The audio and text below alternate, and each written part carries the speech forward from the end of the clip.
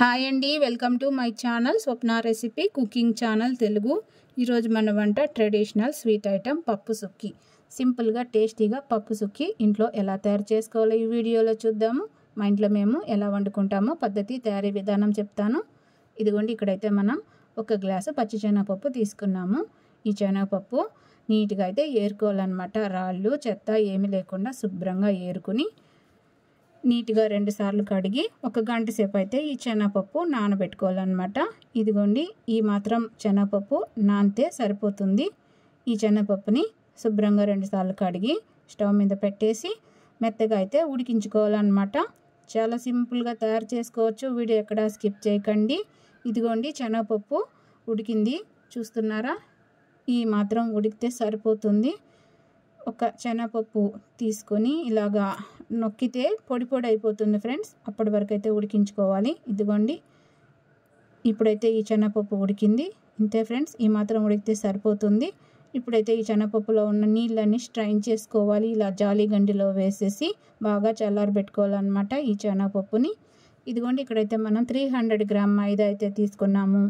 2 బెల్లం గడ్డలు తీసుకున్నాము. 1 కొబ్బరి గిన్నె తీసుకున్నాము. 4 ఇలాచీ తీసుకున్నాము. వీడియో ఎక్కడ స్కిప్ చేయకండి ఫ్రెండ్స్. మొదట ఈ మైదా అయితే జల్లించుకోవాలన్నమాట. చాలా సింపుల్గా తయారు చేసుకోవచ్చు. ఈజీ ప్రాసెస్లో పప్పు సుక్కి తయారీ విధానం చూస్తున్నాము. జల్లించిన ఈ మైదాని ఒక మిక్సింగ్ బౌల్లో వేసుకొని కొద్దిగా వంట సోడా వేసి పొడి బెల్లం వేసేసి ఒకసారి అయితే బాగా మిక్స్ చేయాలన్నమాట. ఈ మైదా బెల్లం పొడి కలిసేలాగా ఒకసారి కలిపి కొద్ది కొద్దిగా నీళ్లు వేసుకుంటూ పిండి అయితే కలుపుకోవాలన్నమాట. ఒకేసారి ఎక్కువ నీళ్లు వేసుకోకూడదు. కొద్ది కొద్దిగా నీళ్లు వేసుకుంటూ పిండి అయితే మిక్స్ చేసుకోవాలి. వీడియో ఎక్కడ స్కిప్ చేయకండి.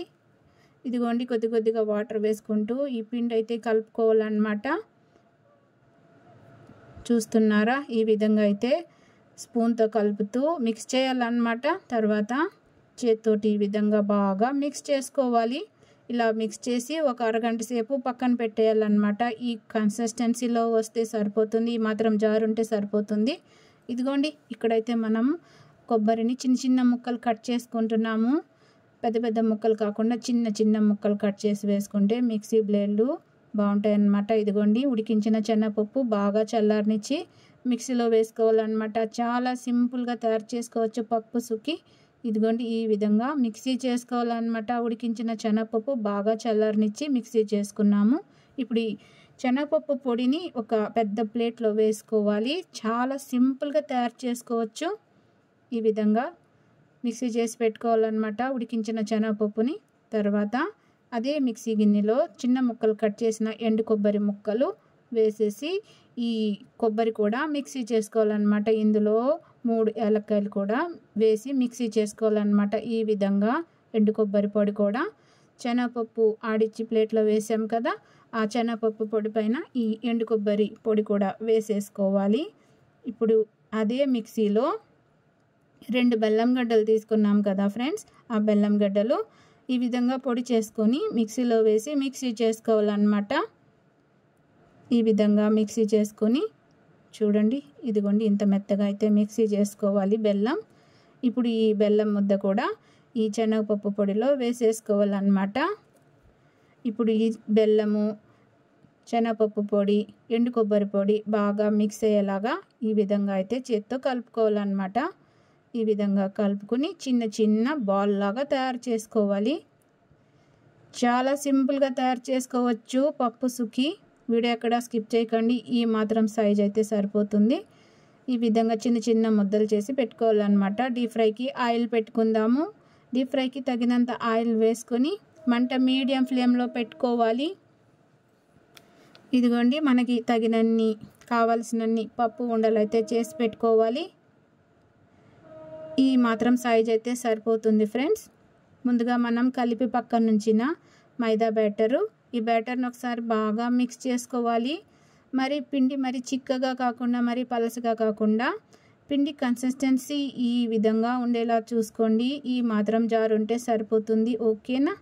ఇప్పుడు ఈ పిండిలో ఒక్కొక్క పప్పు ముద్ద వేసేసి, పూర్ణం ముద్ద వేసేసి ఈ మైదా పిండి కోట్ బాగా అయ్యేలాగా చూసుకోవాలి. ఈ విధంగా తీసుకొని స్పూన్తో కాగుతున్న ఆయిల్లో వేసేయాలి. మంట మీడియం ఫ్లేమ్లో పెట్టుకుని ఒక్కొక్కటిగా వేసుకోవాలన్నమాట. జాగ్రత్తగా వేసుకోవాలి ఫ్రెండ్స్. పూర్ణం అనేది బయటికి రాకుండా మైదా బ్యాటరు ఈ పూర్ణంకి కోట్ బాగా అయ్యేలాగా చూసుకొని కాగుతున్న ఆయిల్లో వేసుకొని మంచి గోల్డెన్ బ్రౌన్ కలర్ వచ్చే వరకు ఈ సుక్కీలు అయితే వేయించుకోవాలన్నమాట. మంట మీడియం ఫ్లేమ్లో పెట్టుకోవాలి, హైలో పెట్టుకోకూడదు. ఇదిగోండి ఈ విధంగా అయితే ఫ్రై చేసుకుంటే సరిపోతుంది. మన సుక్కీలు అయితే ఫ్రై అయిపోయాయి. ఇప్పుడు ఈ సుక్కీల్ని టిష్యూ పేపర్ పైన వేస్తే ఎక్సెస్ ఆయిల్ అంతా పీల్చేసుకుంటుంది. ఇదిగోండి మన ట్రెడిషనల్ స్వీట్ ఐటమ్ పప్పు సుక్కీ అయితే రెడీ అయిపోయింది. చూస్తున్నారా ఎంత బాగా రెడీ అయ్యాయో. చాలా సింపుల్గా తయారు చేసుకోవచ్చు. నేను చెప్పిన విధంగా తయారు చేసుకుంటే చాలా బాగుంటాయి. ఇదిగోండి చూస్తున్నారా, ఈ పప్పు సుక్కీలో ఒక 2 బొట్లు నెయ్యి వేసుకొని తింటే అద్భుతంగా ఉంటుంది. మన తెలుగు వాళ్ళకి అందరికీ తెలుసు పప్పు సుక్కీ ట్రెడిషనల్ స్వీట్ ఐటమ్ అందరికీ తెలుసు, మన ఫేవరెట్. చూస్తున్నారా ఎంత బాగా రెడీ అయిందో. వీడియో నచ్చితే లైక్ చేసి సబ్స్క్రైబ్.